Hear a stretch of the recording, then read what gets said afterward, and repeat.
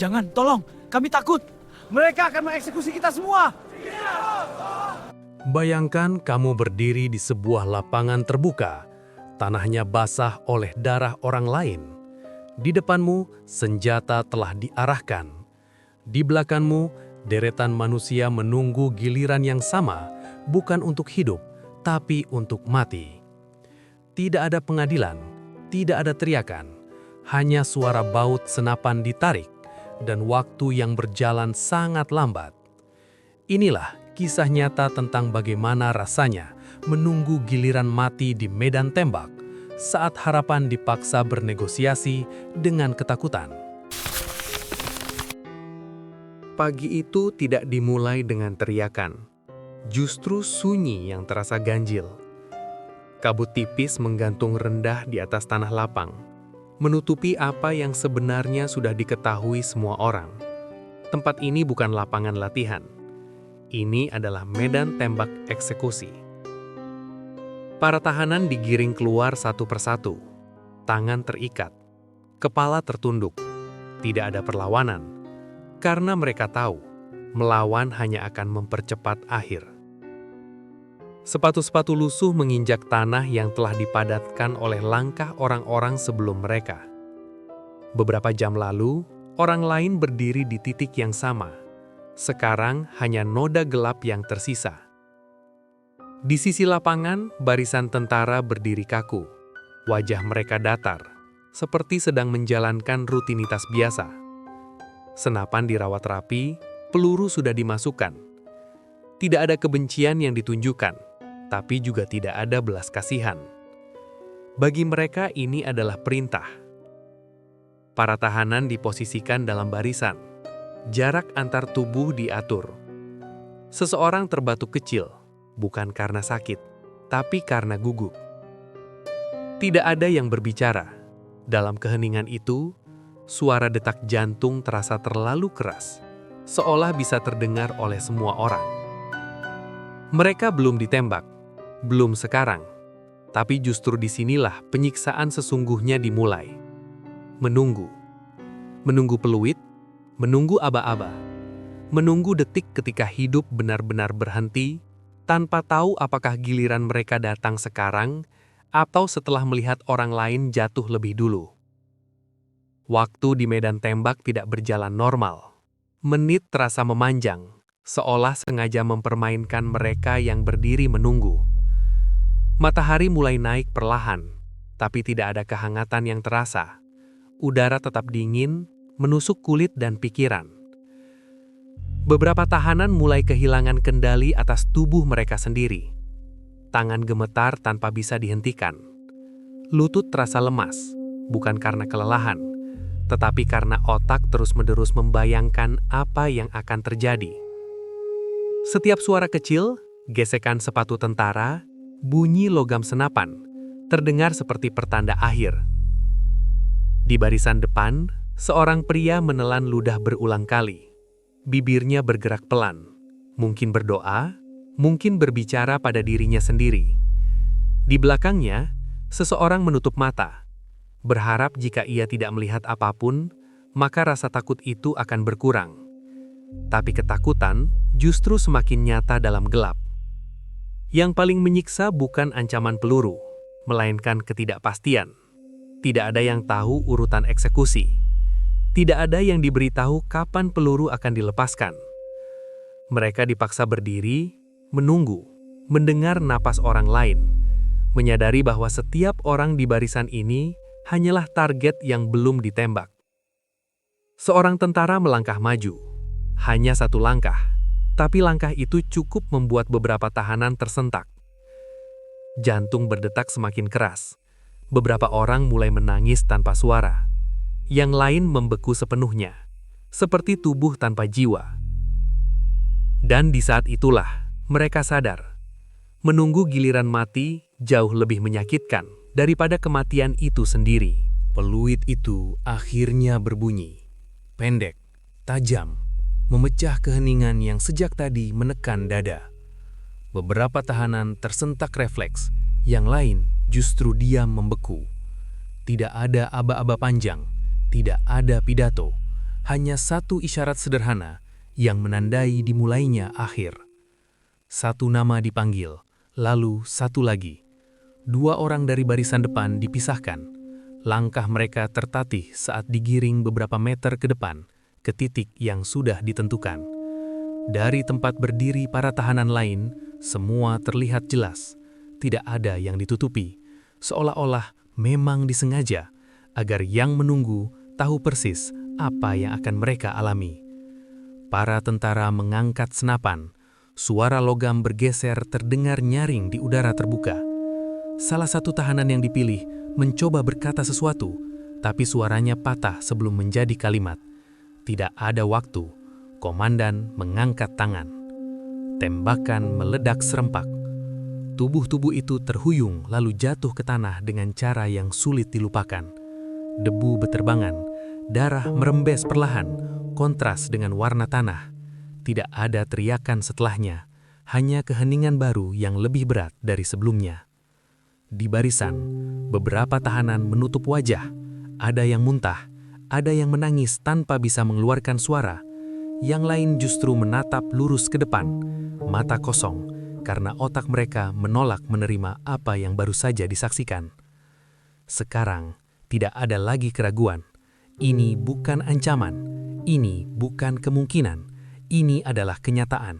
Dan giliran berikutnya hanya soal waktu. Setelah tembakan pertama, sesuatu berubah di dalam diri mereka yang masih berdiri. Ketakutan tidak lagi datang sebagai ledakan emosi, melainkan meresap pelan, dingin, dan menetap. Tubuh masih hidup, tapi pikiran mulai mengambil jarak, seolah ingin menyelamatkan diri dengan cara paling primitif, mematikan rasa. Beberapa tahanan berhenti gemetar, bukan karena tenang, melainkan karena kelelahan mental. Otak mereka sudah tidak sanggup memproses lebih banyak ketakutan. Suara di sekitar terdengar jauh, terdam, seperti berasal dari tempat lain. Wajah-wajah tentara tak lagi terlihat sebagai manusia, hanya bentuk-bentuk yang bergerak mekanis. Ada yang mulai menertawakan hal-hal kecil tanpa alasan. Ada pula yang tiba-tiba sangat tenang, berdiri tegak, menatap langit. Ini bukan keberanian, ini adalah reaksi tubuh saat harapan benar-benar habis. Saat tidak ada lagi masa depan untuk ditakuti, maka rasa takut pun kehilangan fungsinya. Di tanah, dua jasad belum diangkat. Mereka dibiarkan tergeletak sebagai penanda visual. Setiap mata yang melirik ke arah sana langsung tahu itulah akhir yang menunggu. Tidak ada pemakaman, tidak ada penutup. Kematian diperlakukan seperti bagian dari proses. Seorang tahanan di barisan belakang tiba-tiba jatuh pingsan. Tentara hanya menariknya ke samping. Tidak ada pertolongan, tidak ada jeda. Barisan dirapikan kembali, seolah yang terjadi barusan hanyalah gangguan kecil. Dan bagi mereka yang masih berdiri, satu kesadaran muncul dengan jelas. Satu-satunya kebebasan yang tersisa hanyalah bagaimana mereka menghadapi detik terakhir hidupnya sendiri. Setelah eksekusi pertama, daftar nama kembali dipegang oleh komandan. Ia membacanya pelan, sengaja tidak terburu-buru. Setiap jeda di antara suku kata terasa seperti ujian mental. Para tahanan menahan nafas, berharap secara irasional nama mereka tidak disebut. Ketika satu nama dipanggil dan bukan milik mereka, ada rasa lega yang muncul sesaat, sangat singkat, hampir memalukan. Karena mereka tahu, lega itu dibangun di atas kematian orang lain. Namun otak yang terdesak tidak peduli pada moral. Ia hanya ingin hidup 1 menit lebih lama. Beberapa orang mulai menghitung secara diam-diam. Berapa orang yang sudah jatuh? Berapa yang masih berdiri? Apakah jumlah peluru cukup? Apakah mungkin eksekusi dihentikan? Pikiran-pikiran ini tidak masuk akal, tapi tetap dipelihara. Harapan sekecil apapun terasa berharga. Nama lain dipanggil. 2 orang lagi melangkah maju. Kali ini, salah satunya sempat menoleh ke belakang. Tatapan singkat itu bukan permintaan tolong. Itu adalah perpisahan tanpa kata.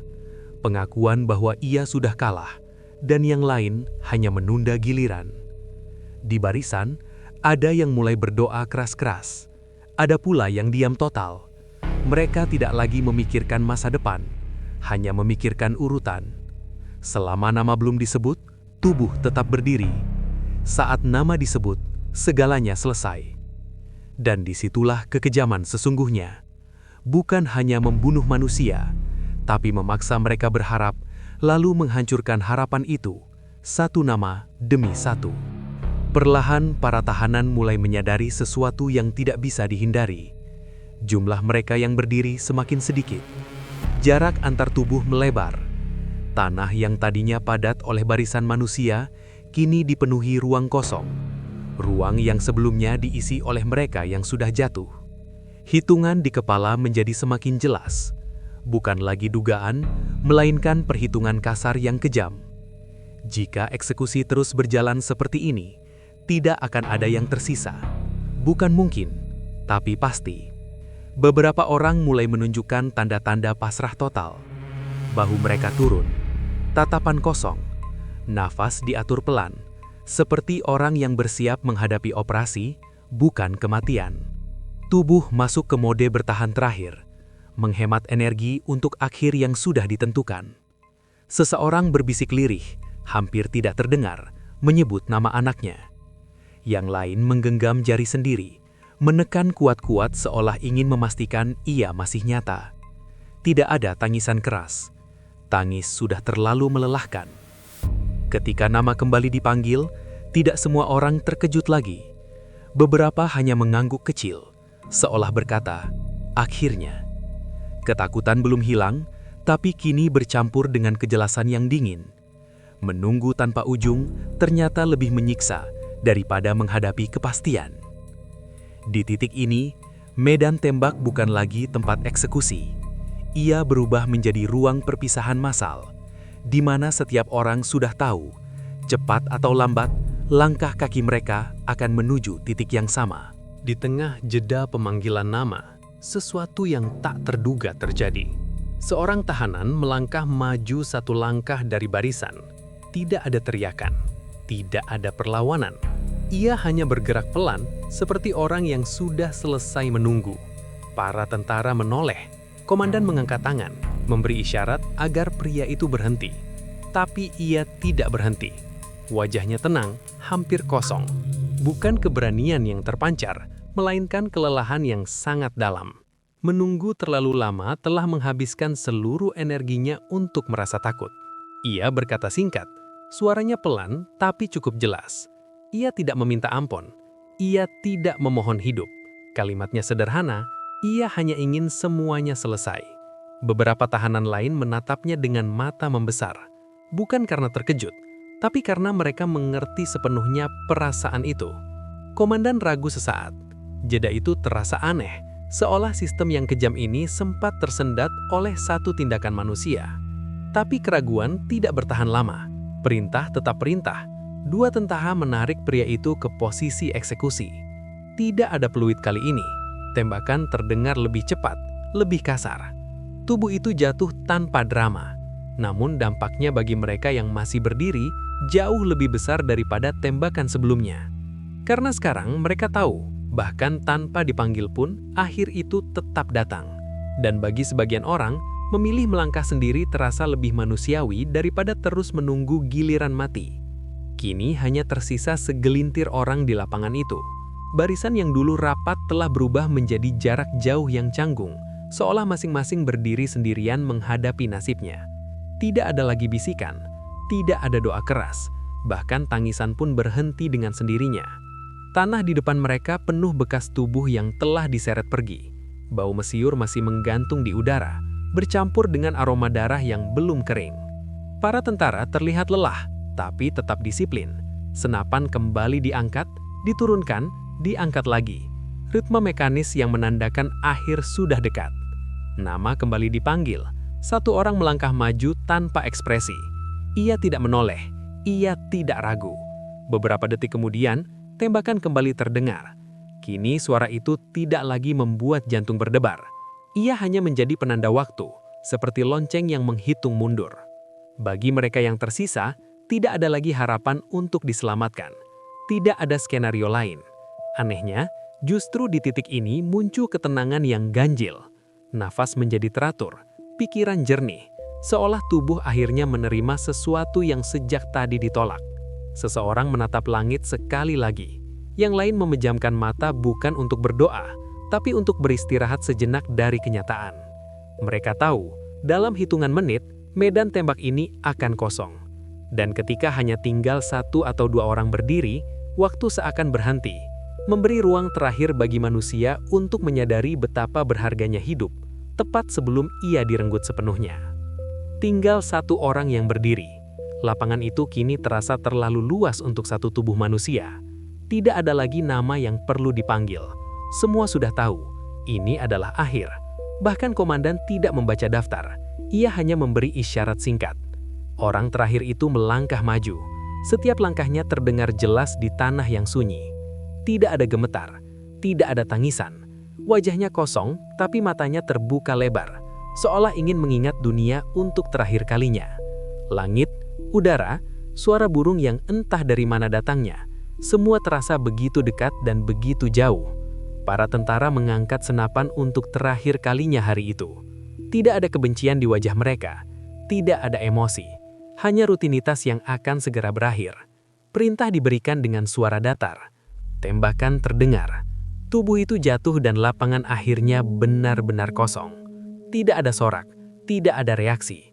Medan tembak itu kembali sunyi, seolah tidak pernah menjadi saksi puluhan kehidupan yang diputus paksa di sana. Yang tersisa hanyalah tanah yang menyimpan ingatan tentang manusia-manusia yang tidak mati karena pertempuran, tapi karena keputusan, dan tentang satu hal yang tidak pernah tercatat di laporan militer, betapa kejamnya menunggu giliran mati. Pelajaran dari kisah ini, kisah nyata ini mengajarkan bahwa kekerasan paling kejam bukan hanya soal peluru, tapi menghilangkan harapan, martabat, dan waktu manusia secara berlahan. Sejarah kelam seperti ini penting untuk diingat, agar kekuasaan tanpa kemanusiaan tidak pernah dianggap wajar, dan agar nyawa manusia tidak pernah lagi diperlakukan sebagai angka. Kalau kamu merasa kisah ini penting untuk didengar, like videonya, tulis pendapatmu di kolom komentar, dan subscribe agar kamu tidak ketinggalan kisah-kisah nyata sejarah kelam lainnya. Karena sejarah bukan hanya untuk diingat, tapi untuk dipelajari agar tidak terulang.